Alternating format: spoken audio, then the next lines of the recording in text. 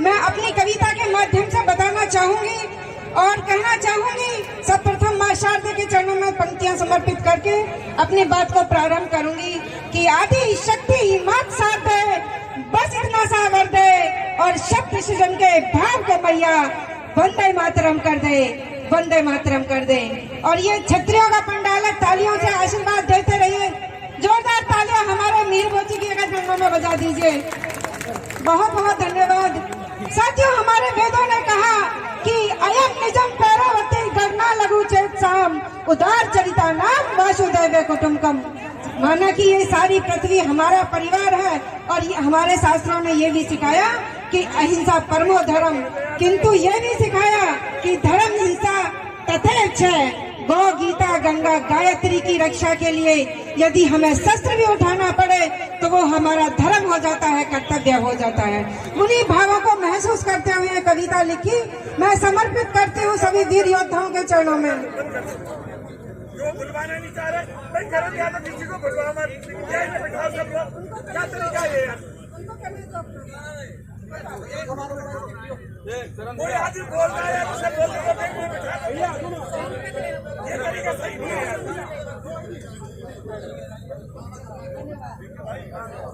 चलिए कविता प्रारंभ करती हूँ।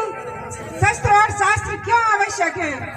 शास्त्र ज्ञान से अरि न माने तो जग को मनवाया है, कि शास्त्र ज्ञान से अरि न माने तो जग को मनवाया है। और शस्त्र उठाकर धर्म की रक्षा वेदों ने सिखलाया है, शस्त्र उठाकर धर्म की रक्षा वेदों ने सिखलाया है। और दुष्ट न माने गर वेदों से, कि दुष्ट न माने गर वेदों से शस्त्र उठाने पड़ते हैं।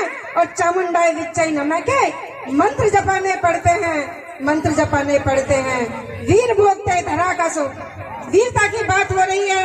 अनुशासन बहुत आवश्यक है। आप क्षत्रिय हैं, कृपया अनुशासन में रहें कि वीर भोगते धरा का सुख और कायर मारे जाते हैं। और युगों युगों तक शूरवीरों के नाम उचारे जाते हैं, नाम उचारे जाते हैं। जननी जन्म भूमि और जीवन, जननी जन्म भूमि और जीवन जब ही तो बच पाएगा। और राष्ट्र धर्म की रक्षा में जब हर कोई शस्त्र उठाएगा। यदि सैनिक सीमा पर शस्त्र उठाना छोड़ दे अहिंसा के चलते, तो वो देश की रक्षा नहीं कर पाएगा। इसलिए अस्त्र और शास्त्र आवश्यक है। साथियों, भगवान श्री राम जब वन को गए तो उन्होंने भी सब कुछ त्यागा, अपने वस्त्र तक त्याग दिए, लेकिन धनुष बाण नहीं त्यागे। भगवान श्री कृष्ण ने सुदर्शन नहीं त्यागा। तभी मैं लिखती हूँ कि राम धनुष और कृष्ण सुदर्शन, कि राम धनुष और कृष्ण सुदर्शन, शंकर दे त्रिशूल गए और ऋषि मुनि की संतान है हम चक्र चलाना भूल गए। ऋषि मुनि की संतान है हम शस्त्र उठाना भूल गए। मात भारती तरस रही है, मात भारती तरस रही है सतयुग द्वापर त्रेता को। और राम कृष्ण और अर्जुन जैसे योद्धा अपने बेटा को, योद्धा अपने बेटा को। पांच जन्मे का नाद पुनः से, कि पांच जन्मे का नाद पुनः से जन जन में हुंकार करो। और चक्र सुदर्शन रण में लेकर दुश्मन से प्रतिकार करो, दुश्मन का संहार करो।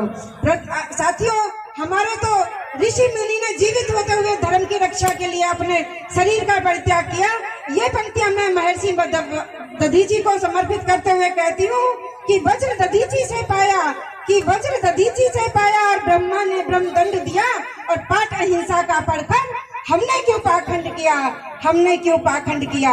शस्त्र और शास्त्र तो मित्रों, कि शस्त्र और शास्त्र तो मित्रों आपस में एक पूरक हैं और संघर्षों के पथ पर चलकर दुष्टों के संहारक हैं, दुष्टों के संहारक हैं। मैं कविता की अंतिम पंक्तियां भगवान श्री हरि विष्णु और मां शक्ति को समर्पित करते हुए कहती हूँ कि हरि चतुर्भुज रूप हाथ में, कि हरि चतुर्भुज रूप हाथ में शंख सुदर्शन गदा लिए।